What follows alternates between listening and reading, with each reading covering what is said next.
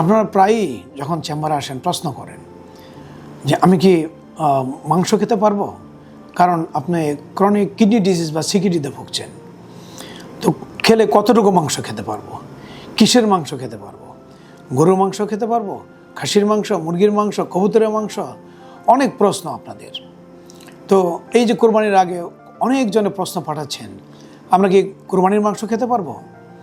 তো হ্যাঁ, এই ব্যাপারে আপনাদের কথা বলবো আজকে। তো শুরুতেই বলে নেই, আপনি খেতে পারবেন, কিন্তু কতটুকু মাংস খেতে পারবেন, কোন মাংস খেতে পারবেন, কোনটা খেতে পারবেন না, এই ব্যাপারে আমি কিছু কথা বলবো। তো আগেই বলে নেই শুরুতে যে দীর্ঘস্থায়ী কিডনি রোগী বা সিকেডি আমরা কাদের বলি।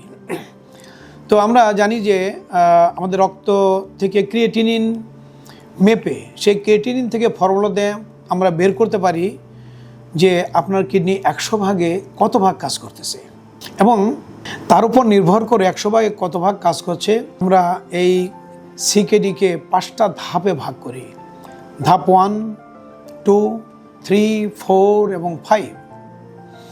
তো ধাপ 1 হলো যে যার কিডনির ক্ষমতা 90 ভাগের বেশি, 2 হলো যে 60 থেকে 89, 3 হলো 30 থেকে 59, 4 হলো 15 থেকে 29 এবং 5 হলো 15 ভাগের যদি ক্ষমতা কম থাকে। তাহলে যাদের ক্ষমতা 60-এর নিচে তাদের জন্য প্রোটিন আমরা একটু রেস্ট্রিক্ট করে দেই যে কম করে খাবে, কিন্তু 60-এর যাদের উপরে ক্ষমতা আছে অর্থাৎ স্টেজ 1-2তে যদি থাকে তারা সাধারণ মানুষের মতোই পরিমিত মাংস খেতে পারবেন। তো এই যে কম আমরা কেন বলি যে আমরা যদি বেশি মাংস খাই তাহলে আমাদের কিডনির ক্ষয়টা খুব দ্রুত হয়ে যায়, সেই জন্য মাংসটা কম খেতে হবে। কম মানে কি মাংস খাওয়া বন্ধ করে দেব? আবার যদি বন্ধ করে দেন তাহলে কিন্তু আপনাদের প্রোটিন ম্যালনিউট্রিশন হবে, অর্থাৎ আমাদের শরীরে প্রোটিন কমে যাবে। যদি কমে যায় তাহলে কি হবে? আমাদের বডির ইমিউনিটি কমে যাবে, আমাদের যে মাংসপেশি আছে সেগুলো দিন দিন শুকিয়ে যাবে, আমি দুর্বল হয়ে যাব। সেজন্য খেতে হবে, কিন্তু সেটা কতটুকু পরিমিত সে পরিমাণটা আপনার চিকিৎসক নির্ধারণ করে দিবে। আমরা বলে দিই এটা যে সাধারণত যে আমিষটা খাবেন সেটা যার বডির ওজন যেটা আছে সেই ওজনের সাথে মিল রেখে, অর্থাৎ 1 কেজি ওজনের জন্য সাধারণত 0.6 থেকে 0.8 গ্রাম আমিষ খেতে পারে।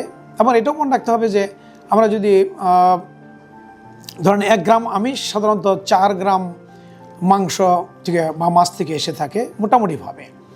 কাজে আমিষের ভাগটা এরকম। আমিষ মানে এই না যে আপনার আমি বললাম যে আপনার 50 গ্রাম আপনি আমিষ খাবেন, তার মানে এই নয় যে আপনি 50 গ্রাম মাংস খাবেন। 50 গ্রাম আমিষ মানে হলো আপনার 200 গ্রাম মাংস আপনি খেতে পারেন। তো এইভাবে আপনাদের নিজেদের একটা হিসাব করতে হবে, কারণ এই হিসাবটা ভুল করে। এখন বলবো যে আপনি এর পরিমাণ গেল এইভাবে হিসাব করবেন। তো আপনি কোন জাতীয় মাংস খাবেন, কোনটা খাবেন না। এদিকে গরুর মাংস, কোরবানির মাংস খেতে পারবেন, খাসি মাংস খেতে পারবেন, হ্যাঁ এটাও খেতে পারবেন। তবে মনে রাখতে হবে যে এই গরুর মাংসে, খাসির মাংসে কিন্তু প্রচুর চর্বি থাকে। এই চর্বিগুলো কিন্তু পয়জন, আমাদের শরীরের জন্য পয়জন। বিশেষ করে এটা আমাদের এই চর্বি আমাদের হার্ট ডিজিজ করে, আমাদের ব্রেন স্ট্রোক বাড়িয়ে দেয়, আমাদের কিডনি ড্যামেজ করে, রক্তনালীকে ড্যামেজ করে, অসংখ্য রোগের জন্ম দেয়। সেই জন্য এই কোলেস্টেরলযুক্ত অথবা অতিরিক্ত চর্বি খাওয়া যাবে না, চর্বি মুক্ত করতে হবে। মাংস রান্না করে খাবেন, ঝোলটা বাদ দিয়ে, ঝোলের মধ্যে চর্বি থাকে, ঝোলটা খাবেন না। আর কলিজা, গুর্দা বা ফুসফুস, শ্বাসনালী যেগুলো আছে, লাংস যেটা আছে, সেগুলো আপনার এগুলো বাদ দিয়ে খাবেন, কারণ এগুলোর মধ্যে প্রচুর পরিমাণে ইউরিক অ্যাসিড থাকে, সেই জন্য এগুলো বাদ দিয়ে খাবেন। আর এমনি স্বাভাবিকভাবে ঈদের মধ্যে মনে রাখবেন যে অন্যান্য খাবার যেগুলো আছে সব কিছুই খেতে পারবেন, তবে তৈলাক্ত ঘিযুক্ত যেগুলো আছে, তো প্রাণীর তেল দিয়ে যেগুলো মাখানো হয় সেগুলো বাদ দিবেন। যারা ডায়াবেটিস আছে তারা কিছু মিষ্টান্নও খেতে পারবেন, তবে আপনার ইনসুলিনের বা ডায়াবেটিসের ওষুধটা একটু অ্যাডজাস্ট করে নেবেন, একদম নিষিদ্ধ না এগুলো। সেই জন্য আপনারা স্বাস্থ্যসম্মত এবং পরিমিত খাবার খান, সুস্থ থাকুন, ভালো থাকুন এবং সুন্দরভাবে ঈদ উদযাপন করুন।